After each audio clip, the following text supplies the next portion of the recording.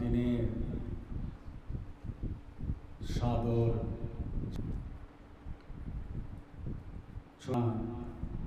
গুরুর আদেশ উপদেশ বাণী আমরা সকলে শ্রবণ করব।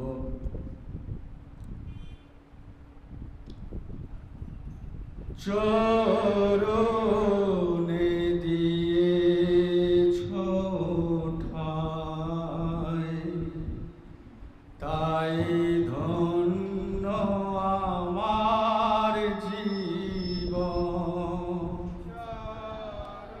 সবাই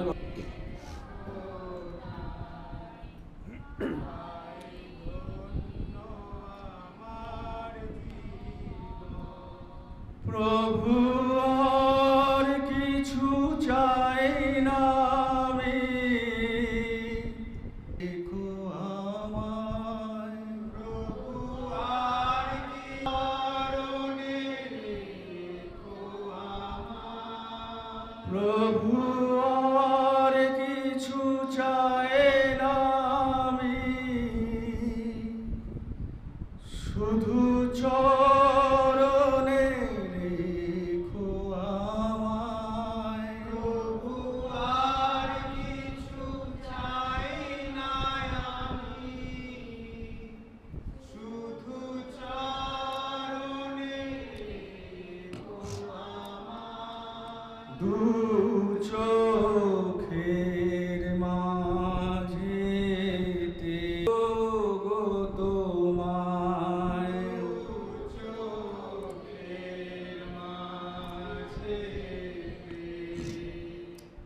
যেন দেখি প্রভু গো তোমায়। সবে ধুন শুনিয়ে দাও প্রভু, এইটুকু মিনতি আমার।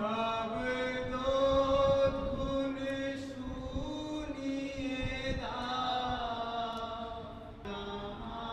তুমি ছাড়ে বলিয়া প্রভু তুমি শুধু যে আমার। ছাড়া কাকে বলিয়া প্রভু তুমি শুধু। আসবে কবে জানি না প্রভু গো আমার, আসবে কবে জানি না প্রভু গো আমার। শেষের দিন আসবে কবে জানি না প্রভু গো আমার। শেষের দিন আসবে কবে জানি না প্রভু গো আমার। তুমি থেকো শুধু সেই দিন আমার, তুমি থেকো শুধু সেই দিন। প্রভু এইটুকু মিনতি আমার। সদ্গুরুর চরণে ছাড়া যেন আর কিছু ভাবি না। চরণে ছাড়া যেন আর কিছু ভাবি না আমি। সদ্গুরুর চরণে ছাড়া যেন আর কিছু ভাবি না আমি। যেন আর কিছু ভাবি না আমি। তুমি আছো থাকবে তুমি, শুধু এইটুকু জানি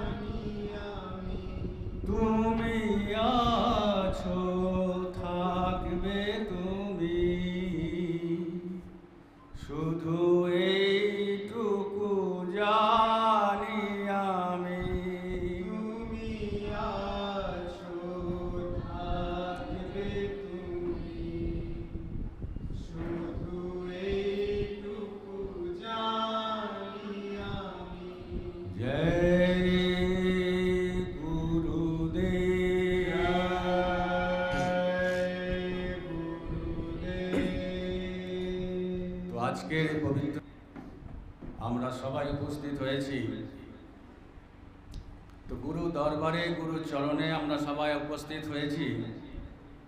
তো প্রথম কাজ হচ্ছে কি না, অ্যাটেন্ডেন্স বা হাজিরা লাগানো।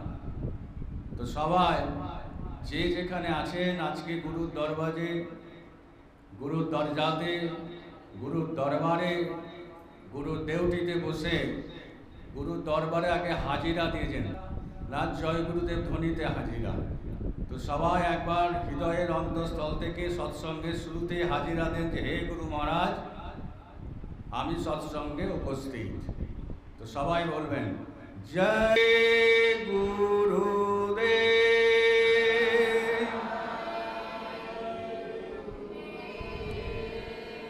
যে যেমন হৃদয়ের অন্তঃস্থল থেকে জয় গুরুদেব বলে হাজিরা দেবেন, সে তেমনই ঝোলি ভরে নিয়ে বাড়ি যাবেন। জয় গুরুদেব,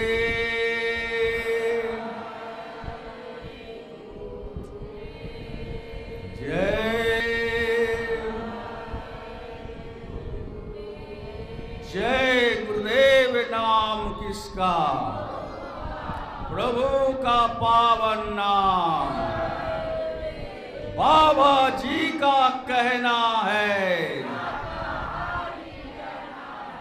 शाकाहारी रहना है। जय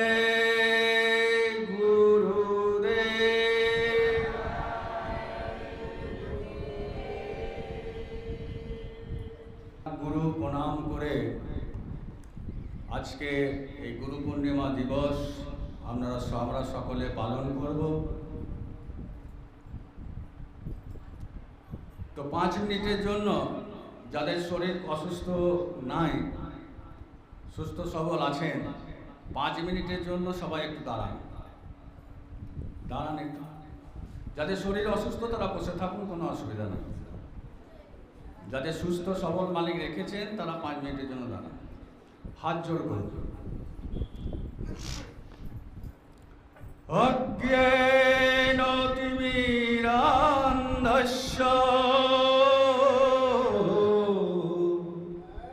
জ্ঞানাঞ্জন শলাকা চক্ষুর্মিলিতং येन तस्मै श्री गुरुवे नमः। मंत्र सत्यं पूजा सत्यं सत्य गुरुर्वाक्यं सदा सत्यं सत्यमे परं पदम् अखंड मंडलाकारं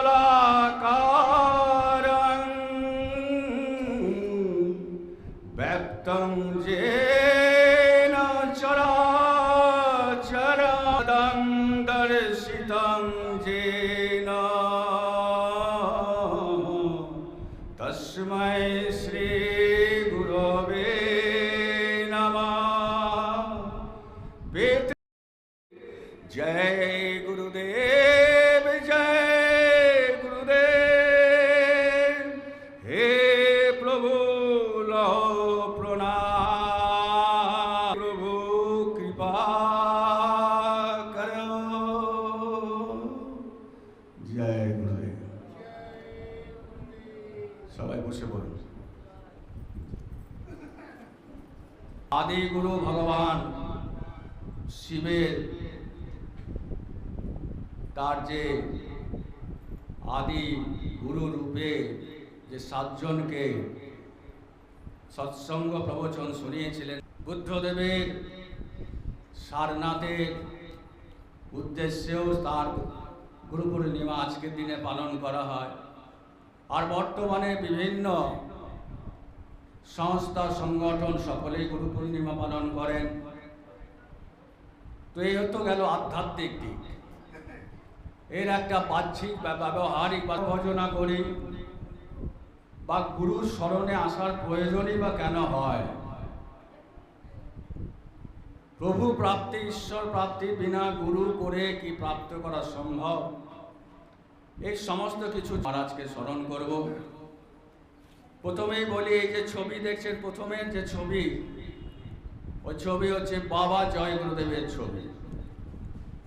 তো বাবা জয় গুরুদেব, তার পাশের যে ছবি দেখছেন ওনার প্রিয় উমাকান্তজি, তার ছবি। তো বাবা জয় গুরুদেব 10ই জুলাই 1952 সালে এই সৎসঙ্গ চলছে। তিনি 118 বছর পর্যন্ত মানব শরীরে ছিলেন, তারপরে নিজ ধামে তিনি গমন করেছেন। এর মধ্যে 20 কোটি লোকের জনজাগরণ তিনি সম্পন্ন করেছিলেন, অনেকে বলেন 30 কোটি। তো বর্তমানের এই সংগতের কাজ মহারাজ এগিয়ে নিয়ে যাচ্ছেন। তাহলে গুরু, আদর, গুরুর সম্মান যুগে যুগে সবাই করেছে। রামায়ণে উল্লেখ আছে, গুরু বশিষ্ঠদেব একবার ভগবান রামের কাছে, তখন তিনি যৌবন বয়স, তো রামের কাছে তিনি কিছু জিজ্ঞাসা করার জন্য প্রয়োজন ছিল। তো রামের যে কক্ষ, সেখানে দাসীরা গিয়ে খবর দিলেন যে প্রভু গুরু মহারাজ আসছেন। তো রাম তো ছুটে দরজার কাছে এসে উপস্থিত। রামায়ণে সেই কথাই উল্লেখ করছে, সেখানে বলছে, গুরু আগমন শুনার রঘুনাথা, গুরু আগমন শুনার রঘুনাথা, দ্বারাই নয়া পদমাথা। তো গুরু আগমন শুনা রঘুনাথা, রঘুনাথ যখন শুনলেন, রামচন্দ্র যখন শুনলেন যে গুরু মহারাজ আসছেন আমার সঙ্গে দেখা করতে, দ্বারাই নাও পদমাথা, তিনি দরজায় এসে গুরুর চরণে মাথা ঠেকিয়ে বলছেন, গুরু মহারাজ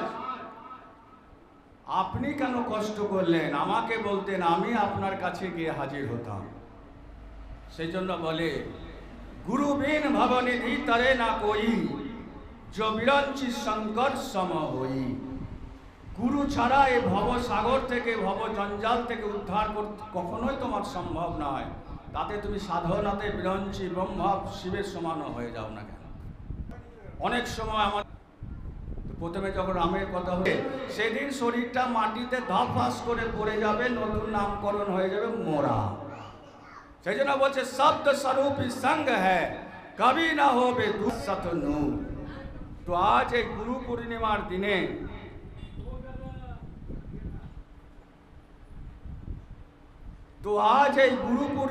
দিনে আমরা সকলে কি করছি, গুরু পূর্ণিমার দিনে আমরা সকলেই গুরুকে স্মরণ করতে এসেছি। এমনে তো গুরু সব সময় আছেন, সঙ্গে আছেন। তো সেই জন্য গুরু পূর্ণিমার দিনে আমরা সকলেই স্মরণ করতে এসেছি। যজনা এসেছি কিরকম জানেন না? না, কাকের বাসাতে কোকিল ডিম পেড়ে চলে যায়, কাকের বাসাতে কোকিল ডিম পেড়ে চলে যায়। সেই ডিম কাক বুঝতে পারে না যেটা কোকিলের ডিম। সেই ডিমকে সে লালন পালন করে, কিছুদিন পরে সে ডিম ফুটে ধীরে ধীরে বাচ্চা বের হয়, বাচ্চা ধীরে ধীরে বড় হয়, কিন্তু লালন পালন কে করে না? কাক করে। তো একদিন বড় হতে হতে যখন তার ওড়ার টাইম হয়, কোকিল তখন দূর থেকে গাছে বসে বসে দেখে এইসব জিনিস। তারপরে হঠাৎ একদিন কুহু কুহু বলে ডাক দেয়, আর কাকের সেই বাসা থেকে, যাকে কাক মনে করেছিল আমার বাচ্চা বলে লালন পালন করেছিল, সেই কাকের বাসা থেকে কোকিল ডানা মেলে উড়ে যায় কুহু কুহু শোনার সঙ্গে সঙ্গে। ঠিক তেমনি প্রভুর যখন দয়া হবে, প্রভুর যখন কৃপা হবে, তো এই সংসারের বাসা থেকেও মানুষ একদিন, সেই প্রাণী মানুষ একদিন কি হবে, যখন তার ডাক আসবে, কুহু কুহু আওয়াজ যখন সে শুনবে, তখন সে বাসা ছেড়ে দেবে। সেই ডাক শুনেছিলেন চৈতন্য মহাপ্রভু, সেই ডাক শুনেছিলেন স্বামী বিবেকানন্দ। ঘরে 18 বছরের স্ত্রী, যৌবনের চিন্তা না করে সেই গুরুর কুহু ডাকে সংসার ছেড়ে চলে গেছিলেন কে? মহাপ্রভু। আর ওকালতি পড়ার সঙ্গে সঙ্গে জ্ঞানী শিক্ষিত হওয়ার সাথে সাথে সাথে গুরুর ডাক আসার পরে সংসার ছেড়ে চলে গেলেন কে? না বিবেকানন্দ। যখন তাকে কুহু কুহু ডাক তখন যারা আসবে তখন তাকে আটকে রাখার ক্ষমতা কাউরির নেই। কেন? সংসার তো স্বার্থের বন্ধু। গুরু মহারাজ বলতেন এই সংসারে দুজন বন্ধু ছিল, একজন শেঠ আর একজন তার বন্ধু ছিল, এক থালাতে ভাত খেত, এমন তাদের বন্ধুত্ব। তো একদিন সেই শেঠ বললেন যে আমি আমার শহরের মধ্যে একটা চন্দন কাঠের মন্দির বানাবো। তো শেঠজি বললেন তাহলে বাইরে তার জন্য তো প্রচুর কাঠ লাগবে। বলে হ্যাঁ, কাঠ তো লাগবে। তাহলে আপনি এক কাজ করুন, বাইরে কোথাও কাঠ কিনেন না, আমার কাছে চন্দন কাঠটা কিনবেন, আমি চন্দন কাঠ দেবো আর বাইরের থেকে একটু কম পয়সায় দেবো। বলে তুমি আমার বন্ধু, তুমি যদি চন্দন কাঠ সাপ্লাই করতে পারো আমি তোমার কাছেই নেবো। বলে ঠিক আছে। কিছুদিন এইভাবে যায়, চন্দন কাঠ আসে, পয়সা নেয়, চলে যায়, বন্ধুত্ব আরও গাঢ় হয়। হঠাৎ সেই শেঠজির শরীর খারাপ হয়ে গেল। শরীর খারাপের সঙ্গে সঙ্গে কি হলো না, তার কাঠ কেনা বন্ধ হয়ে গেল। শরীর ভালো নয়, মন ভালো নয়, পয়সাপাতি কম। ধীরে ধীরে সেই বন্ধুরও আশা বাড়িতে আস্তে আস্তে আস্তে আস্তে কমে গেল। প্রথমে সপ্তাহে একদিন, তারপরে মাসে একদিন, তারপরে 6 মাসে একদিন, বছর পেরিয়ে গেল, তার দেখা নাই। ধীরে ধীরে তার আগলো। আবার একদিন হঠাৎ বন্ধু এসে হাজির। অনেকদিন সময় পাইনি, তুমি ভালো হয়েছো শুনেছি, তাই তোমাকে দেখতে এলাম। বলে খুব ভালো করেছে, এসো বসো, খাওয়া দাওয়া করো। এবার কথায় কথায় শেঠজি বলছেন যে তাহলে এবার কি চন্দন কাঠের মন্দিরটা শুরু করবে? এখন তো তুমি সুস্থ হয়ে গেছো। বলে হ্যাঁ, শুরু তো করতেই হবে, আমি যখন বলেছি মন্দির করবো, তবে থেকে কাঠ তোমাকে আবার দেবো, তুমি বলো। তখন সেই বন্ধু হাত জোড় করে বলছে, যখন আমার চিতার কাঠে যাওয়ার সময় হয়ে গেছিল এমন পরিস্থিতি, সেদিন তুমি আমার খবর নাওনি, আজ চন্দন কাঠ দেওয়ার জন্য তোমার আর দরকার নেই। তো গুরু মহারাজ বলছেন যে বন্ধু সকলে কি আমরা? না, আমরা স্বার্থের বন্ধু। সেই জন্য গুরু মহারাজ আজকে এই গুরু পূর্ণিমার দিনে গুরু মহারাজ যে আদেশ, যে বাণী, যে সমাজে চলার জন্য আমাদেরকে দেন, এবং বিভিন্ন মহাপুরুষ মনীষীরাও সেই বাণী আমাদেরকে চলার জন্য দেন, সেটা হচ্ছে প্রথম দরকার কি? প্রথম দরকার হচ্ছে শিক্ষা। শিক্ষা খালি পুঁথি শিক্ষা, আর একটা সায়েন্স আছে, বিজ্ঞান যেখানে শেষ।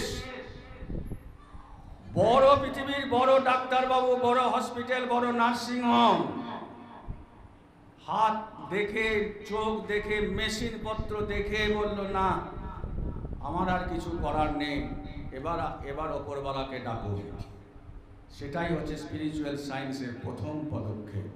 দুনিয়ার সায়েন্স এখানে জবাব দেয়, স্পিরিচুয়াল সায়েন্স, আধ্যাত্মিক বিজ্ঞান, সেখান থেকে কি হয় না শুরু হয়। সেই জন্য শিক্ষা আমাদের জন্য, শিক্ষা হলো সবচেয়ে শক্তিশালী অস্ত্র, যা দিয়ে তুমি পৃথিবী বদলাতে পারবে। কে বলেছিলেন? Nelson Mandela. শিক্ষা সব থেকে শক্তিশালী অস্ত্র, যা দিয়ে তুমি পৃথিবী বদলাতে পারবে। আর কি না, অনেকেই আমরা শিক্ষা সম্পন্ন করে শেষ করে দিই, আর পড়াশোনার কিছু নেই। পড়াশুনো কোনোদিন শেষ হয় না, পড়াশুনো কখনো শেষ হয় না। বই বন্ধ করলেই শিক্ষা শেষ হয়ে যায় না। কে বলেছিলেন? রবীন্দ্রনাথ ঠাকুর। অর্থাৎ কিছু না কিছু শিক্ষা আমরা সব সময় আমরা অনুভব করি, উপস্থিত করতে পারি। সেই জন্য সফলতা এক রাতের ব্যাপার নয়, এটা প্রতিদিনের প্রচেষ্টা। যারা সফল হয়েছে বা সফল হয়, সেটা এক রাত পরে কেউ সফল হয় না। প্রত্যেক দিনের প্রচেষ্টা, নিরন্তর প্রচেষ্টার অন্তিম ফলশ্রুতি কি না? সফলতা।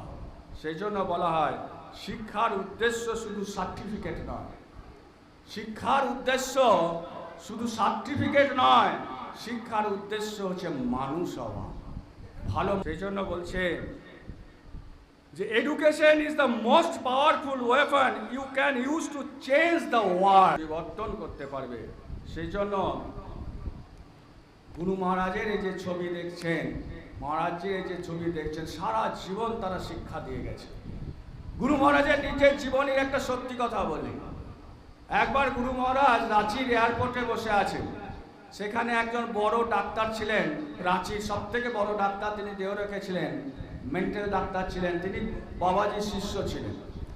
তো এয়ারপোর্টে বসে আছেন, তো গুরু মহারাজ পত্রিকাটা নিয়ে বসে আছেন। ডাক্তারবাবুর, শিক্ষিত ডাক্তারবাবু যে ফকির সাধু ইংরাজি পত্রিকা হাতে নিয়েছে, বুঝতে পারছে কি না পারছে, তো তার মনে সন্দেহ জেগেছে যে গুরুদেব ইংরাজি পত্রিকাটা তো হাতে নিলেন, বুঝতে পারছেন তো?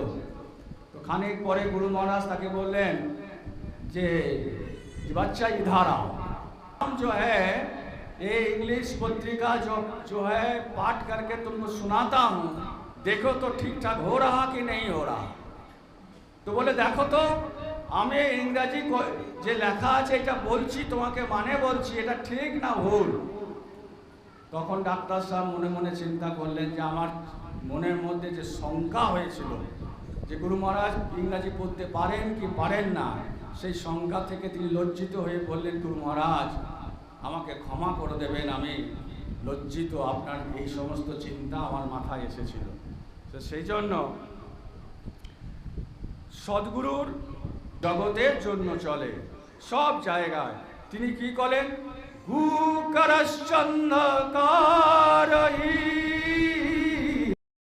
যিনি জেনেছেন তিনি তোমাকে জানবেন। যে প্রদীপ নিজে জ্বলে না, তার আশেপাশে হাজার প্রদীপ রেখে দাও, কেউ কাউকে জ্বালাতে পারবে না।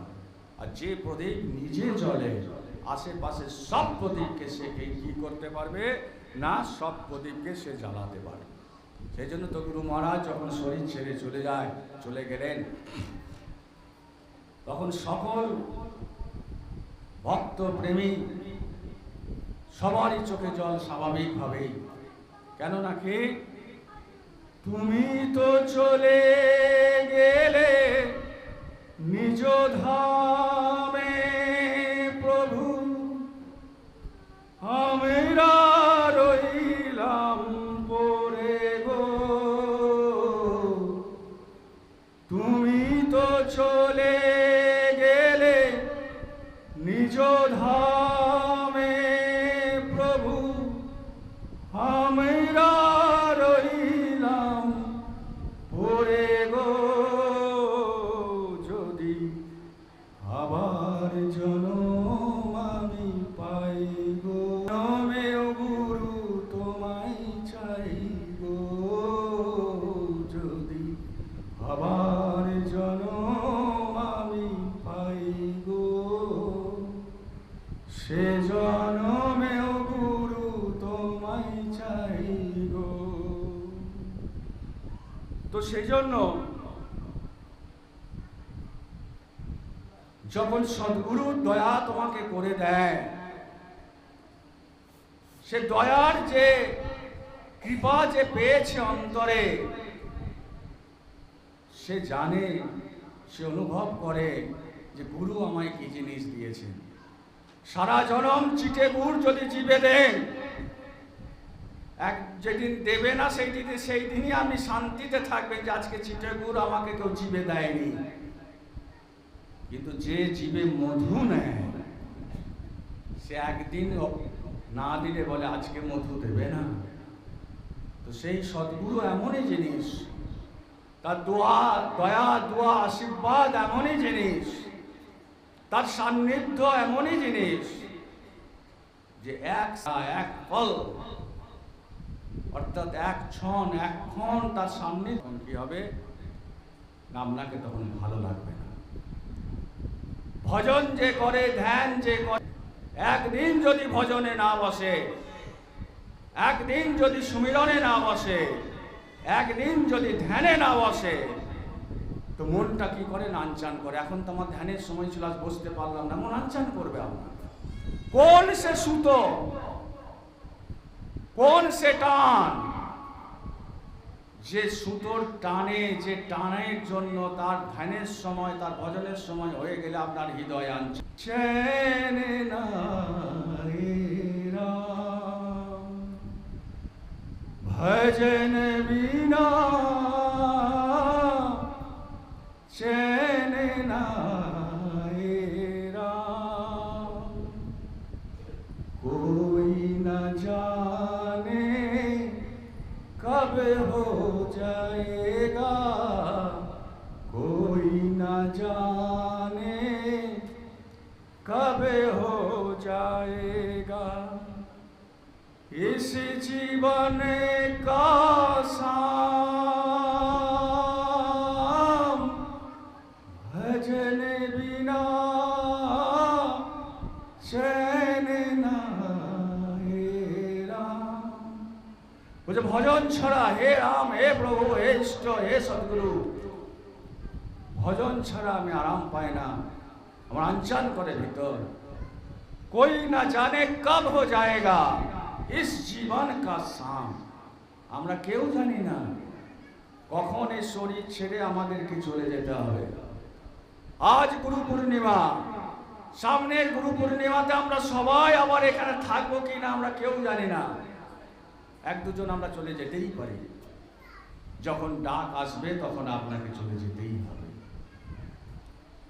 आएगा जब रे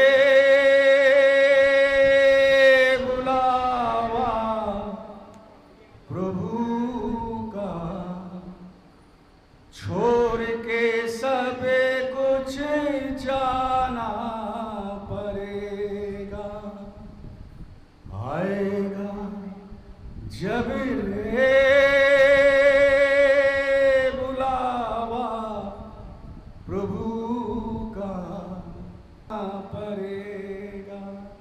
जब बुलावा आएगा, चलो घर से निकलो। ऐ करण से तुम्हारा समय हो गया, चलो घर से निकलो। अगर आप हाथ जोड़ कर बोलेंगे मेरा लड़की का शादी है थोड़ी देर बाद जाएंगे, नहीं सुनेगा। जब बुलावा आएगा तब तुमको जाना पड़ेगा। যখন ডাক আসবে তখন আপনাকে যেতে হবে, সবাইকে যেতে হবে, কেউ শুনবে না। তো ডাক যখন আসবে কে আপনাকে আরাম দেবে যে ডাক এসেছে এবার যাব? যখন কোথাও যায় লাঠি ধরে আপনাকে সাহারা করে, বেটা অমুক জায়গায় যাব আমাকে নিয়ে চল। ঠিক তেমনি যখন ডাক আসবে, বুলাবা আসবে, আপনি বলবেন আমার তো যাবার ক্ষমতা নেই একা। তুমি যেখানে নিয়ে যেতে এসেছো সেই তুমি যখন নিয়ে যেতে এসেছো তোমার সঙ্গে আমি যাব কি করে? না তোমাকে চিনি, না যে জায়গা তুমি নিয়ে যাবে সেই জায়গাকে চিনি। একজনকেও হলে ভালো হতো আমাকে পথ চিনিয়ে তোমার সঙ্গে আমি নিয়ে যেতাম। যেমন মায়েদের যখন বিয়ে হয়, মেয়েদের যখন বিয়ে হয়, বিয়ের পরের দিন সকালবেলা নতুন কনের সঙ্গে কাউকে বসে যাবে। ঠিক তেমনি আপনার যেদিন যাবার দিন হবে কে আপনাকে সঙ্গে সাথ দেবে? कोई तो होगा साथ देने वाला। तो जो साथ देगा उसका खोज किया, उसका पता है आपका? नहीं है। যে সঙ্গে নিয়ে যাবে, যে সাথ দেবে তার ঠিকানা জানেন? তার সঙ্গে যোগাযোগ করেছেন যে অন্তিম দিনে তুমি আমার সঙ্গে যেও, যেখানে নিয়ে যাবে সেখানে দুদিন তুমি থাকবে, আবার তুমি চলে যেও। কেউ আছে না? সেটা হচ্ছে সদ্গুরু। সেই জন্য গুরু মহারাজ বলছেন हम आए वही देश से जहां तुम्हारो धाम, तुमको घर पहुंचाओ ना। वही देश से जहां तुम्हारो धाम, तुमको घर पहुंचाओ ना, एक हमारो काम। আমি এসেছি সেই জায়গা থেকে যেটা তোমারও ধাম, তোমারও ঘর।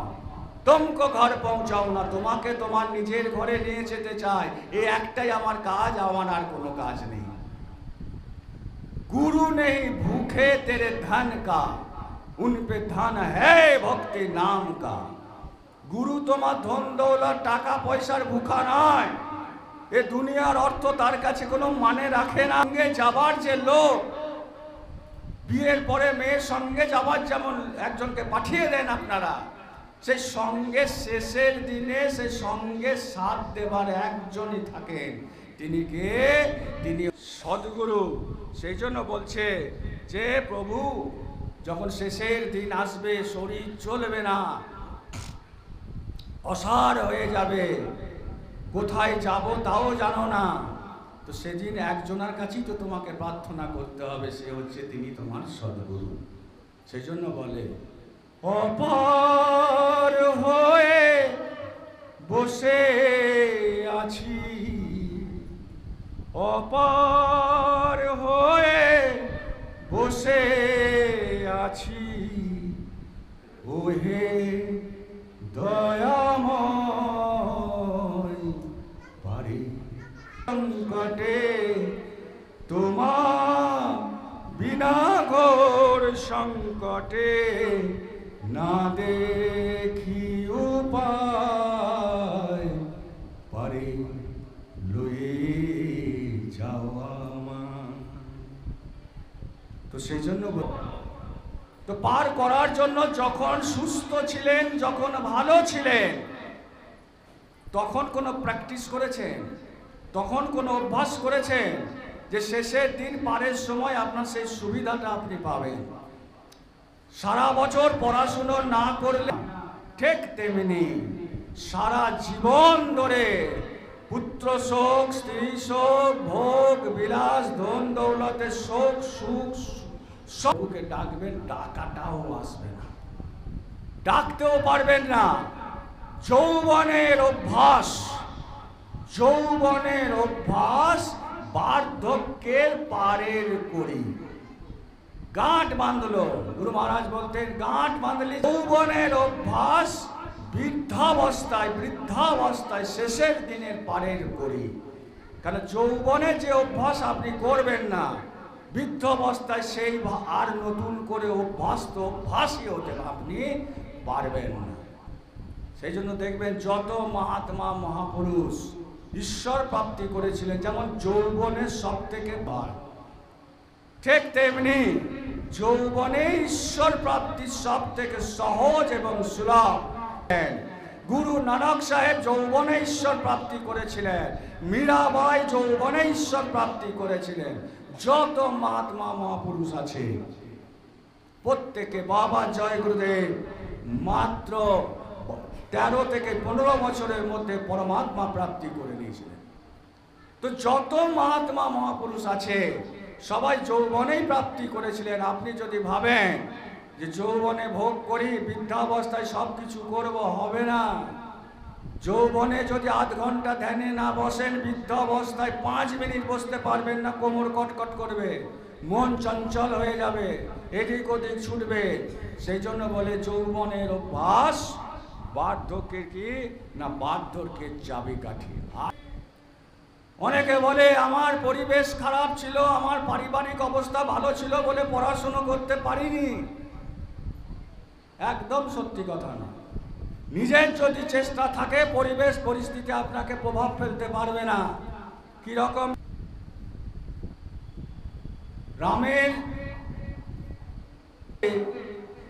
রাবণের অত দুর্দণ্ড প্রতাপ, চারিদিকে ভয়ঙ্কর পরিবেশ, তখন একজন ইষ্ট চিন্তা করত, রাম চিন্তা করত, সে হচ্ছে কি না বিভীষণ।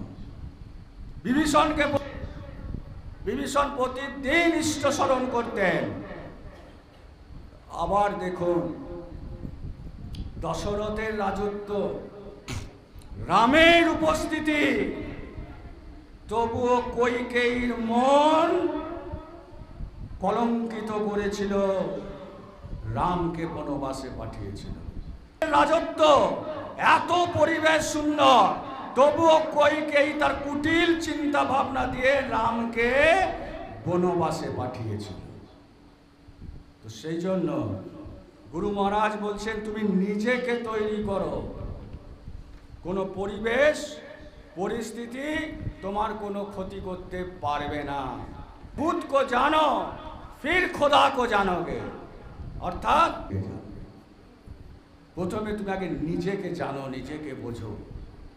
সেই জন্য গুরু মহারাজ বলেন, প্রত্যেক দিন সারাদিন কাজকর্ম সেরে রাত্রিতে একবার কমসে কম আয়নার সামনে দাঁড়িয়ে নিজের ছবি দেখে চিন্তা করুন, আজ আমার দ্বারা কোনো অন্যায় হয়নি তো, আমি কোনো কাউকে কটু কথা বলিনি তো, আমি কাউরির সঙ্গে ছল কপট করিনি তো। এ কোনো মন্দিরে গিয়ে বলার দরকার নেই, এ কোনো কাউরির পা ধরে বলার দরকার নেই। নিজেকে আয়নার সামনে দাঁড়িয়ে আপনি নিজের দিকে তাকিয়ে প্রশ্ন করুন, ঘট ঘট মে গোবিন্দ है संग रहे हर श्वास कस्तूरी मृग में बसे শুনতে ঢুঁধে ঘাস। কেন আপনি যখন আপনার সামনে দাঁড়িয়ে কথা বলছেন, এ পাশে আপনি আপনার প্রতিবিম্বের মধ্যে কে আছে? ঈশ্বর আছে, ভগবান আছে। ঘট ঘট মে গোবিন্দ है, প্রত্যেক মানুষের শরীরের মধ্যে ঘটের মধ্যে গোবিন্দ আছে। তো নিজেকে নিজের সামনে দাঁড়িয়ে প্রশ্ন করুন যে আমার দ্বারা আজ কোনো অন্যায় হয়নি তো, আমি কাউকে কটু কথা বলিনি তো, আমি কোনো খারাপ কাজ আজ করিনি তো, আমার দ্বারা চুরি ব্যভিচার রাহাজানি হয়নি তো।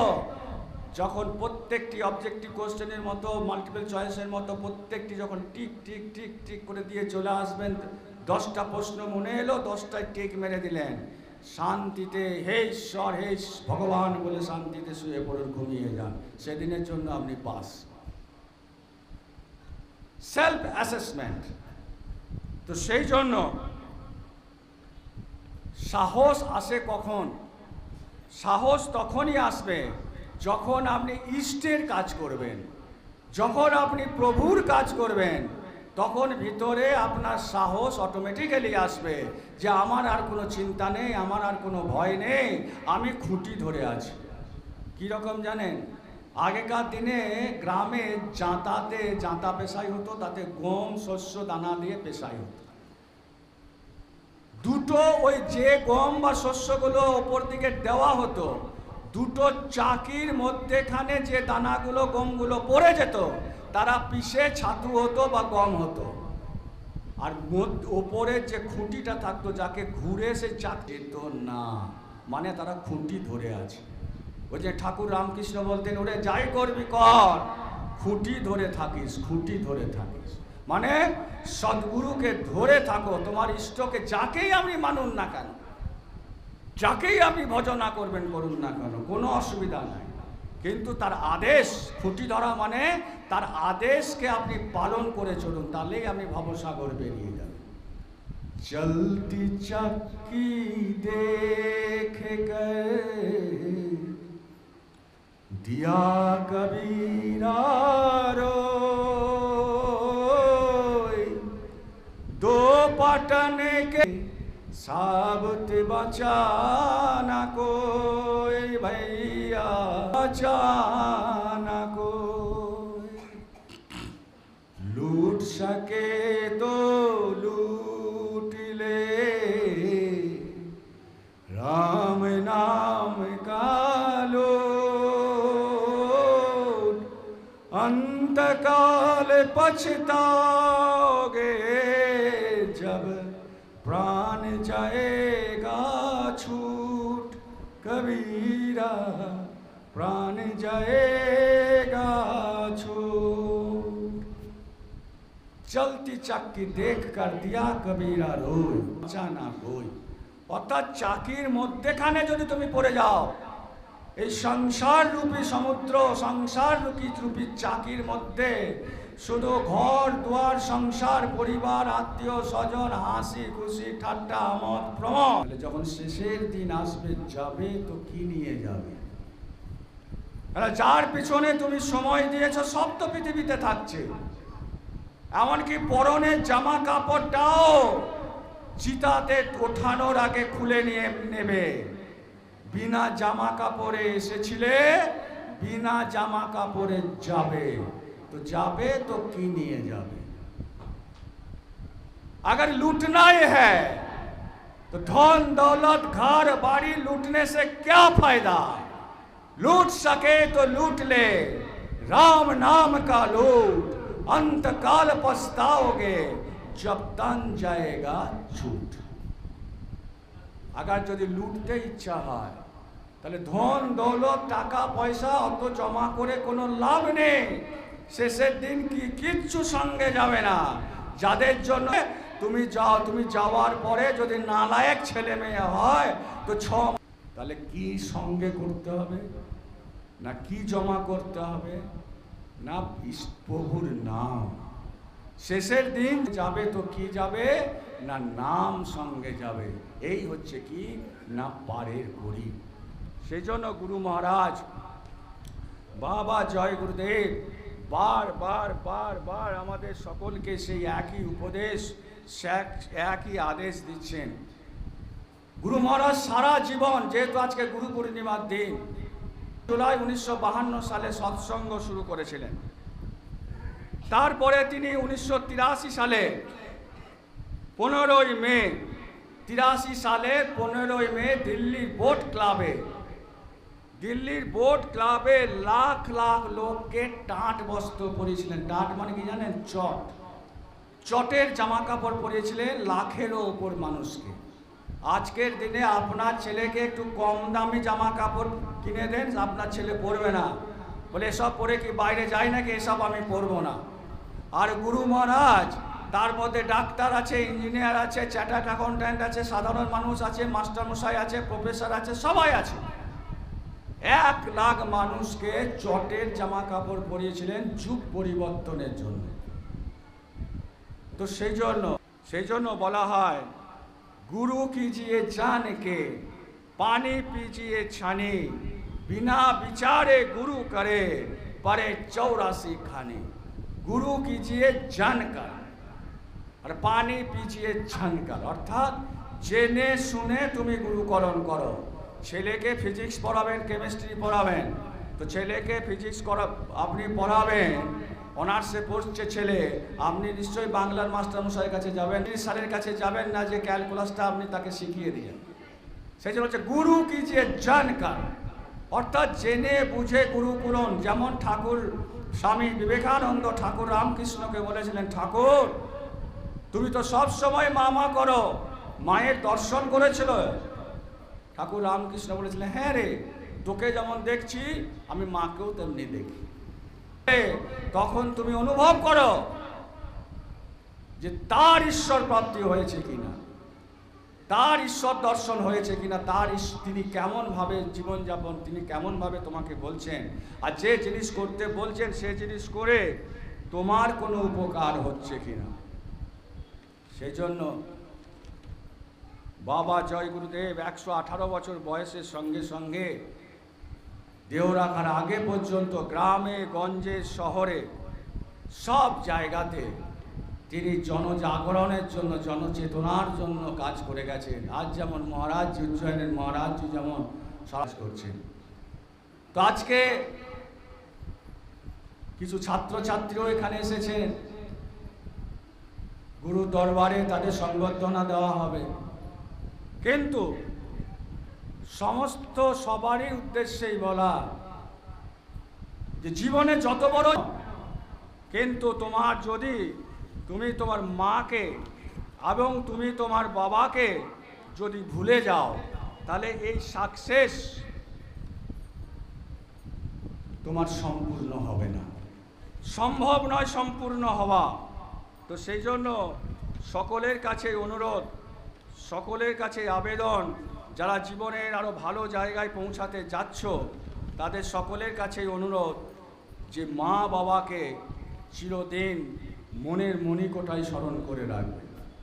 তার কারণ হচ্ছে পহেলা গুরু হচ্ছে কে, না তোমার মা আর বাবা, যিনি তোমাকে পৃথিবীতে এনেছেন, যিনি তোমাকে জন্ম, সামর্থ্য থাক বা না থাক, খাবো বলে দোকানে কিনতে গিয়েছে, পাশে তুমি যেটা পছন্দ করো ভালো জিনিস খাবার, সেটা যদি সে দেখতে পেয়েছে, হয়তো পকেটে অত পয়সা নেই, তো নিজের পছন্দের জিনিসটা না কিনে তোমার পছন্দের খাবার জিনিসটা কিনে পকেটে করে নিয়ে গেছেন, তার নাম বাবা।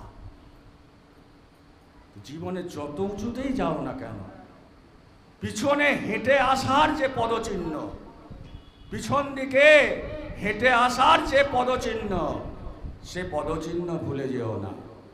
পুকুরে দেখেছো তো সান বাঁধানো ঘাট থাকে, সান বাঁধানো ঘাটে কাদা মাখা পাকে ধুয়ে চলে এলে সময় একবার স্মরণ করো, যিনি ঘাটটা সিমেন্ট দিয়ে সান দিয়ে বাঁধিয়ে দিয়েছেন, তিনি কত উপকার করে গেছেন। তাই জীবনে যতই উন্নতি করো না কেন, যতই শীর্ষে তুমি পৌঁছাও না কেন, পিছন ফিরে তাকিয়ে দেখবে মা বাবার অবদান। সেই জন্য বলে পহলা গুরু মাতার পিতা, जो है रक्त बीज का दाता। दूसर गुरु भाई दाई, गर्भवास की मैल छुड़ाई। দ্বিতীয় গুরুকে না, দ্বিতীয় গুরু হচ্ছে দাই মা, যিনি জন্মানোর সঙ্গে সঙ্গে তোমার ময়লাকে পরিষ্কার করে দিয়েছেন। বর্তমানে নার্সরা পরিষ্কার করে দিয়েছেন। সে হচ্ছে কি না তোমার দ্বিতীয় গুরু। तीसर गुरु ने नाम निशारा, गांव देश को लोग पुकारा। 3 নম্বর গুরুকে না, যিনি তোমার নাম রেখেছেন। নামের জন্য তুমি আজ তোমার সার্টিফিকেটের যে নামটা পেয়েছো, সেই নামটা যিনি রেখেছেন, তিনি হচ্ছেন কে? তোমার 3য় নম্বর গুরু। সারি বস্তু চিনা। চতুর্থ গুরুকে তোমার কুলগুরু, যিনি তোমাকে প্রথম কি করেছেন না, দীক্ষা দিয়েছেন। আর সংসারের সব কিছু চিনতে বুঝতে ভালো মন্দ কি, যিনি তোমাকে জানিয়েছেন। আর 5वां गुरु ने दीक्षा दीना, राम कृष्ण का सुमिरन कीना। 5 নম্বর গুরুকে, যে তার উপরে তোমাকে যিনি দীক্ষা দিলেন আর যিনি চেনালেন, দেখো কে রাম, কে কৃষ্ণ, কে কোথা থাকে, কাকে কিভাবে ডাকতে হয়, কি মন্ত্র বলতে হয়, সে হচ্ছে 5 নম্বর গুরু। 6ठे गुरु ने सब भ्रम तोड़ा, ओंकार से नाता जोड़ा। 6 নম্বর গুরুকে সব ভ্রম ধীরে ধীরে তোমার আস্তে আস্তে হাঁটিয়ে দিচ্ছে। একটু দূরে লিখুন সার, এক করুন সংসার। অর্থাৎ যতক্ষণ তুমি সংসারের মধ্যে শ্বাস নেবার কোনো প্রয়োজন নেই। তো সংসার মানে কি?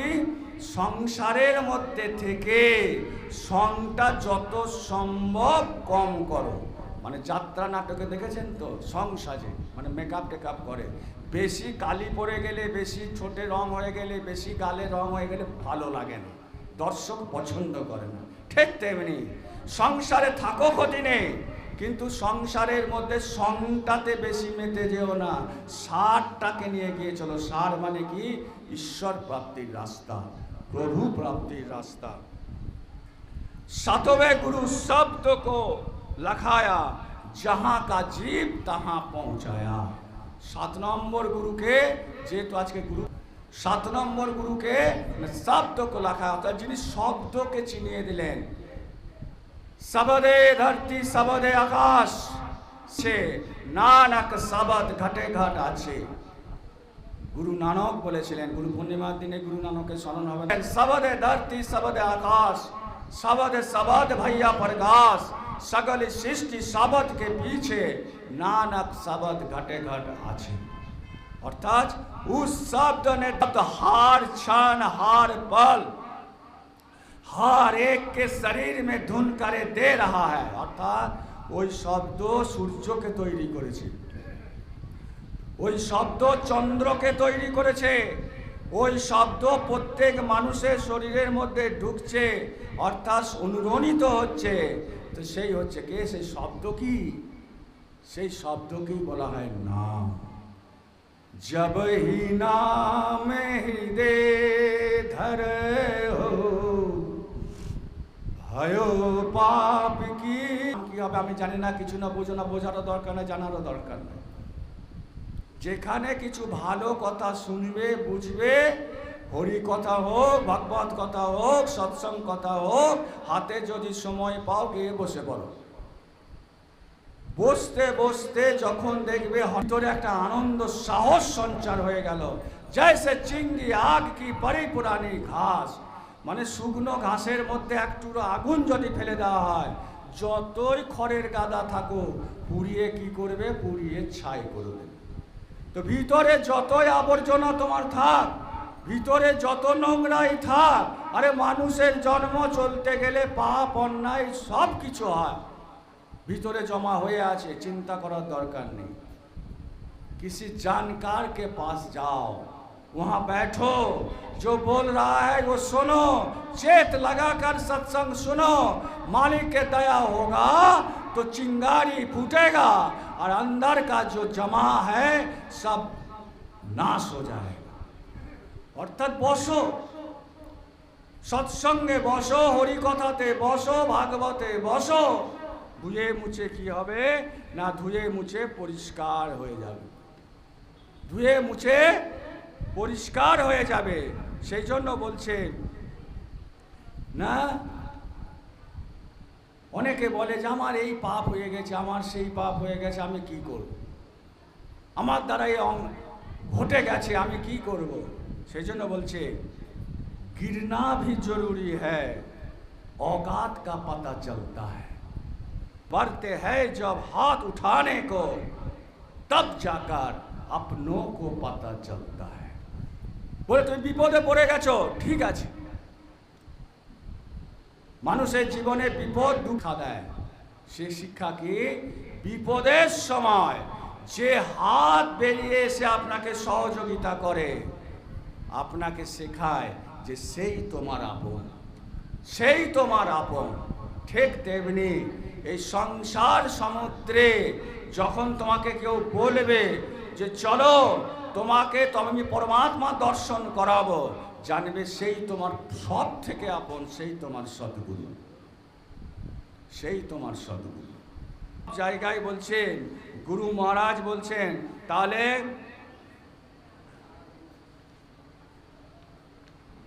উপায় কি, তাহলে রাস্তা কি, আমি কি করে তার কাছে পৌঁছাবো, আমি কি করে তার কাছে যাব। কেন সংসারে এত কিছু জমা করে, এত কিছু মোহ মমতাতে আমরা পড়ে আছি যে আর কোনো উপায় নেই, বেরোতে পারছি না। কীরকম জানেন, মানুষ মনে করে কি যে আমি সব কিছু নিয়ে যাব। এত সেই শহরে এক শেঠজি থাকেন, তিনি ঘর ভাড়া দেন, বিভিন্ন ঘরকে কি করেন না ভাড়া দেন, বিনিময়ে পয়সা নেন। তো সাধু বাবা এসে এসে শেঠজির কাছে বলেছে, বাবা আমাকে একটা ছোট ঘর দাও, এই শহরে যা মন্দির আছে, দর্শনীয় স্থান আছে, আমি দেখব, তারপরে চলে যাব। তো সেই শেঠজি বলছে ঠিক আছে, এই ছোট ঘরটা তুমি নাও, 2 দিন 3 দিন থাকো। তো সাধু বাবা প্রত্যেক দিন শহরের মন্দির, ভালো দর্শনীয় স্থান, সেগুলো কি করেন না সেগুলো দর্শন করেন। যাবার দিন শেঠজিকে বলছে, শেঠজি আপনার বাড়ির চাবিটা নেন, আমার তো দর্শন হয়ে গেল, এবার আমি আমার কি যাব, এবার আমি আমার বাড়ি যাব। তো যখন শেঠজিকে এইসব কথা বলছে, শেঠজি ঠিক আছে আমাকে চাবি দেন। চাবি নিয়ে নিয়েছে। সাধু বাবা এমন তো কিছু নেই, একটা ঝোলাটা কাঁধে ঝুলিয়ে নিয়ে যাওয়ার জন্য যাচ্ছে। তখন শেঠজি বলছেন দাঁড়ান দাঁড়ান, ও সাধু বাবা দাঁড়ান। বলে কেন? বলে চাবি তো দিলেন, চলে তো যাচ্ছেন, তাহলে এই ঘরের ভাড়াটা কে দেবে? বলে দেখ বাবা আমার কাছে তো কোনো টাকা নাই, পয়সা নাই, আমি যা পাই, লোকে যা দেয় তাই খাই, না দেয় খাই না, আমার কাছে তো কিছু নেই। বলে না না, আমার ব্যবসার একটা নিয়ম আছে যে আমি ভাড়া না নিয়ে কাউকে ছাড়ি না, তোমার যেমন নিয়ম আমার ব্যবসারও নিয়ম, আমি ভাড়ার টাকা বা কিছু না নিয়ে কাউকে ছাড়ি না। সাধু বাবা বললে কি তাহলে আর কি করা যায়? আমার ঝোলা খুলে দেখ, যে ফাটা জামা কাপড় অমুক তমুক সব কিছু। আর সেই ফাটা জামা কাপড়কে সেলাই করার জন্য 2 দিন আগে ভালো একটা ছুঁচ কিনেছি। তো লোকটা ভাবছে এর কাছে তো কিছুই নাই। তো সাধু বাবা বললো দেখ বাবা আমার কাছে তো কিছু নেই, 2 দিন আগে এই ফাটা জামা কাপড় সেলাই করার জন্য একটা নতুন ছুঁচ কিনেছিলাম, এই ছুঁচটা তুই নে। বলে ছুঁচ নিয়ে আমি কি করবো, 2 পয়সা দাম নাই, আর আমার ভাড়ার টাকা তুমি দাও। বলে না বাবা তাহলে তো কিছু করার নেই। লোকটা বললো তাহলে এই ছুঁচ নিয়ে আমি কি করবো তুমি বলো। বলে জানিস এই ছুঁচ হচ্ছে চমৎকার ছুঁচ। লোকটা চিন্তা করলো যখন সাধু বাবা বলছে চমৎকার, তখন নিশ্চয়ই কোনো চমৎকার হয়। তো বলে কিসের চমৎকার, কি হয়? বলে দেখ মানুষকে তো একদিন সবাইকেই মরতে হবে। বলে হ্যাঁ সবাইকে তো একদিন যেতে হবে, মরতে হবে। তো যখন মৃত্যুর সময় যমের দূত আসবে, তখন যখন তোকে যমের দূত আসবে, যখন তোকে নিয়ে যাবে, তখন যমের কাঁধে চেপে কিছু তো খেয়ে দিবি। বলে ছুঁচটা জমের দুধকে দেখালে কি হবে? বলে সে আর তোকে জমপুরিতে নিয়ে যাবে না, সে তোকে স্বর্গের দরজায় ছেড়ে দিয়ে চলে আসবে। এবার তুই স্বর্গ ভোগ কর, সেখানে তো কত সুখ পাবি, এই ঘরের থেকে তো আরো ভালো সুখ।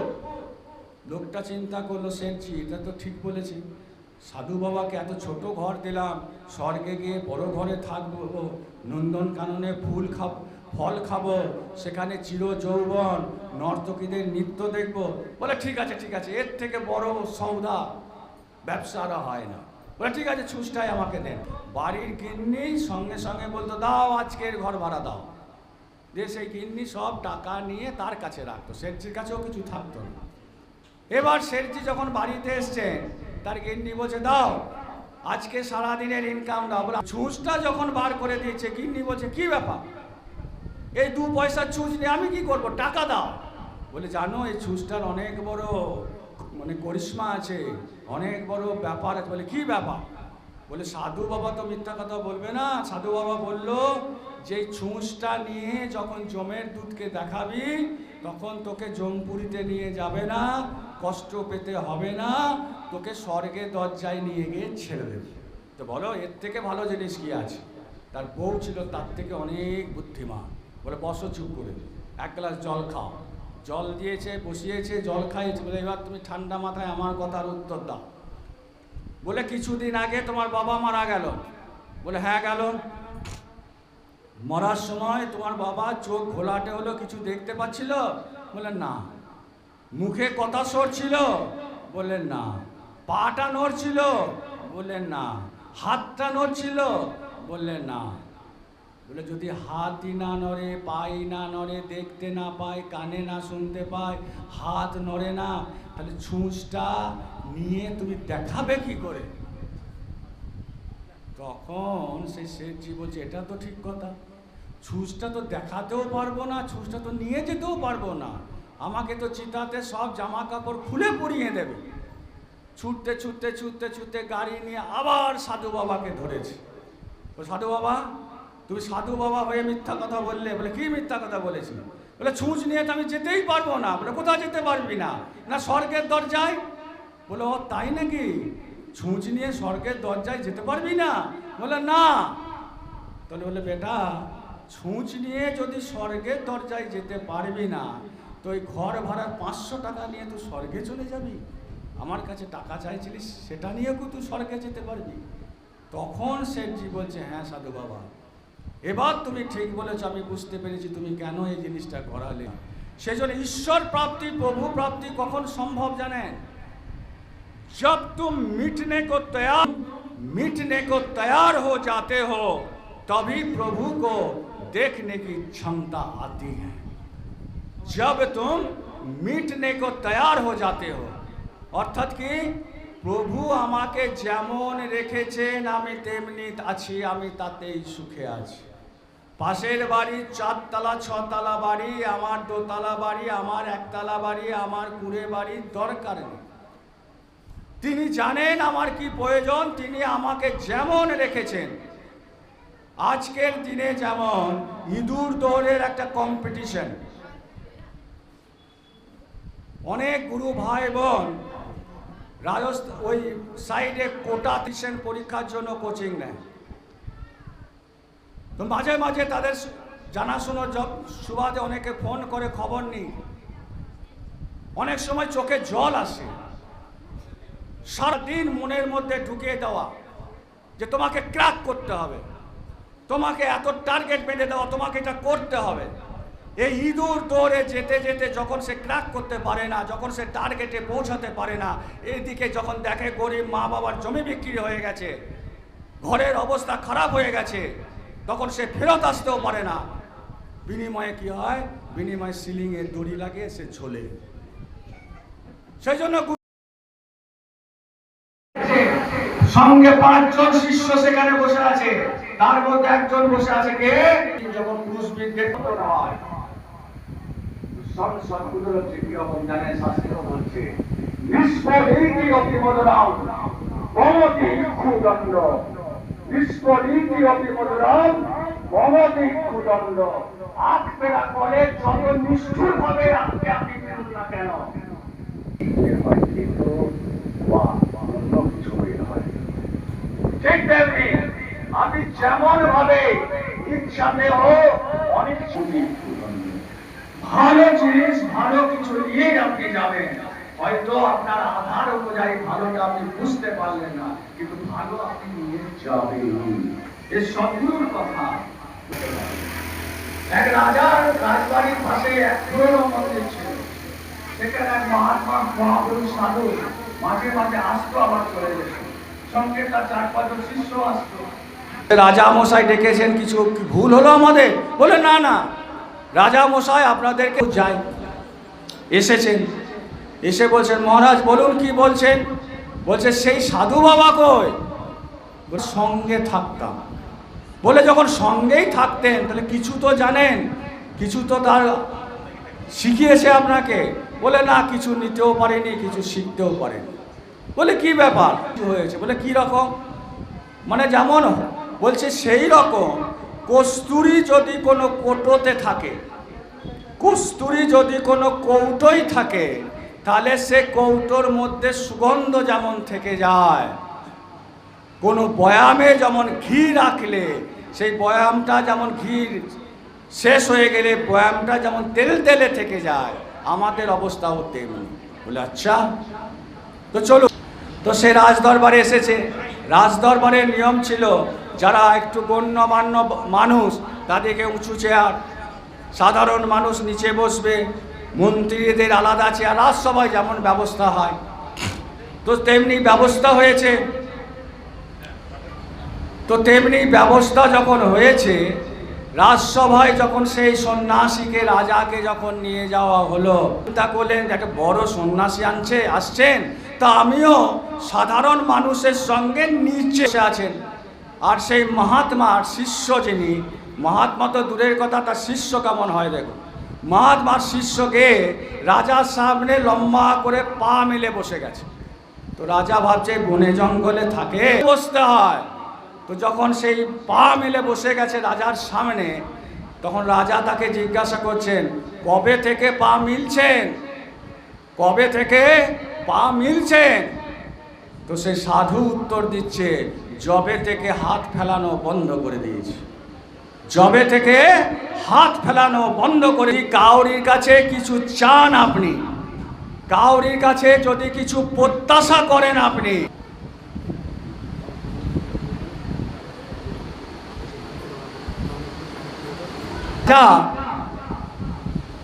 সাধু বাবাকে এই কথা বললেন। তখন সাধু বাবার এই কথা শুনে সবাই তো আবার, মন্ত্রী মশাই কে রাজা ডাকলেন, বলে মন্ত্রী এর মানে কি? বলে মহারাজ আপনি হয়তো কীরকম কথা না, কথাটা হচ্ছে এই, আপনার কাছে ওনার কোনো প্রত্যাশা নেই, আপনি ওকে কিছু দেবেন না, এ কোনো ভয় ওনার কাছে নেই, সেই জন্য যেমন ইচ্ছা উনি সেরকম বসেছেন। আপনার কাছে উনি হাত পেতে কিছু নেবার জন্য আসেনি। সেই জন্য বলেন গুরু নেই ভুখে তেরে ধন কা উন পে ধন হ্যায় ভক্তি নাম কা। তো সেই জন্য বলছে যে সদ্গুরু বা মহাত্মা মহাপুরুষরা তোমার ধনের, তোমার সম্পত্তির ভুখা নয়, কোনো যায় আসে না, সেটা কোনো মূল্য রাখে না। তো সেই জন্য গুরু মহারাজ বারবার যে কথাটা বলছিলাম যে মহাত্মা মহাপুরুষ যখন থাকেন তখন কি হয়, তখন আমরা তার কদর অনুভব করতে পারি না। তার গুরু মহারাজ বলছেন जीते जी कर लो, जीते जी प्रभु का दर्शन कर लो, मरने के बाद बच्चा कोई नहीं, चिट्ठी पत्री कोई नहीं आएगा, कुछ नहीं आएगा, मोबाइल कुछ नहीं आएगा कि हम स्वर्ग लोक में है कि वैकुंठ लोक में है कि कहाँ। अवस्थाते ईश्वरेर दर्शन करो। चैतन्य महाप्रभु जीवंत अवस्थातेই প্রভুর দর্শন করেছিলেন, স্বামী বিবেকানন্দ জীবন্ত অবস্থাতেই প্রভুর দর্শন করেছিলেন, ঠাকুর রামকৃষ্ণ জীবন্ত অবস্থাতেই করেছিলেন, মীরাবাই জীবন্ত অবস্থাতেই করেছিলেন, রাধাস্বামী জীবন্ত অবস্থাতেই করেছিলেন, গুরু মহারাজও জীবন্ত অবস্থাতেই করেছেন, সব মহাত্মা মহাপুরুষের একই করব হবে না, সময় পাবেন না, বুঝতে পারবেন না। জীবন্ত অবস্থা অর্থাৎ শরীর থাকতে থাকতে তাকে ডেকে নেন। তো আজকে এই সৎসঙ্গের সঙ্গে সঙ্গে বিশেষ এক অনুষ্ঠানের আয়োজন করেছেন আশ্রম কর্তৃপক্ষ। সঙ্গে কৃতি ছাত্র ছাত্রীদের সংবর্ধনা দেওয়া হবে, তাদেরকে সম্মান জানানো হবে। সেই জন্য যারা তাদের উদ্দেশ্যে একটি কথাই বলবো, জীবনের এই সম্মান বা প্রভুর দয়া হলে আরো উঁচু বড় বড় সম্মান, কিন্তু একটা কথা সবসময় মনে রেখো জীবনে চলার পথে, সেটা হচ্ছে মন তোমার এখন যেমন আছে, অর্থাৎ এই শিক্ষায় শিক্ষিত হয়ে বড় হও, চিত্ত শুদ্ধি হোক, মনের প্রসার হোক, কিন্তু মনকে অহংকারী করো না, মনের বিস্তার হোক। जिन्होंने मार मन डाला, जिन्होंने मार मन डाला उन्हीं को सुरमा कहना। যে মনকে মেরেছে, মনের যে অহংকারের যে উস্কানি, এইটাকে যে মারতে পেরেছে, উনি কো সুরমা कहना, সেই হচ্ছে পরম বীর। তো তোমাদের জীবনে চলার পথে আরো বড় বড় সংবর্ধনা আসবে, প্রভু চাইলে আরো অনেক বড় মানুষ হও, তোমরা বড় জায়গায় পৌঁছাও, কিন্তু মনকে মারতে শেখো, অর্থাৎ শেষ করতে শেখো, তবেই তুমি জীবনের সুরমা অর্থাৎ বড় মানুষ হিসাবে তুমি পরিচিতি পাবে। তো আজকে এই সংবর্ধনার অনুষ্ঠান এক্ষুনি শুরু হবে, তারপরে দু চারটে কথা বলে সৎসঙ্গের সমাপন করা হবে। তো সকলে নতুন যারা আছেন তাদের সংবর্ধনা তো আমাদের জানাবেনি, তো সংবর্ধনাটা আরও শোনেপে সোহাগা হয়ে যাক, তাদেরকে জয় গুরুদেব ধ্বনি দিয়ে গুরুদেব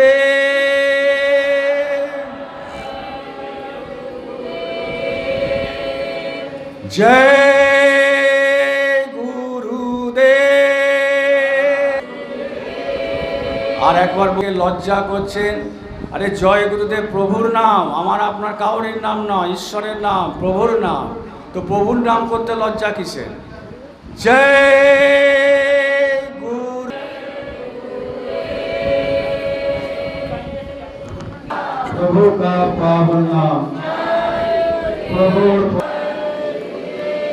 একটা জাগরণ মানে চেতাবলী প্রার্থনা করব।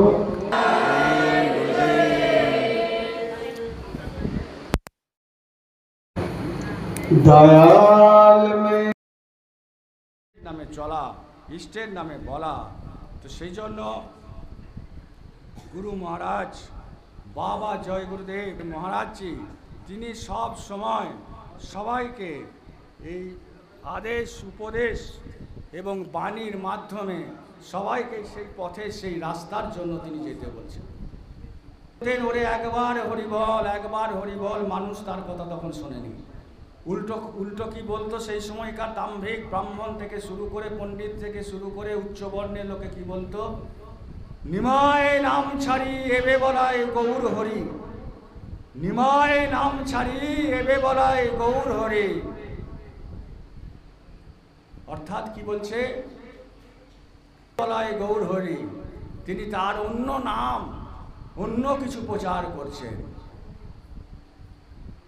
তো তখনকার দিনে যত্ন করে, কিন্তু যে চাষি নয় সে জানে না কোনো মহাত্মা মহাপুরুষ দুনিয়াতে থাকে, তখন তার সান্নিধ্য করো, তখন তার সৎসঙ্গে যাও, তখন চিড়িয়া চুপকেই খেয়ে তখন আর ধরলে আর বললে আর জানলে তুমি কি করবে।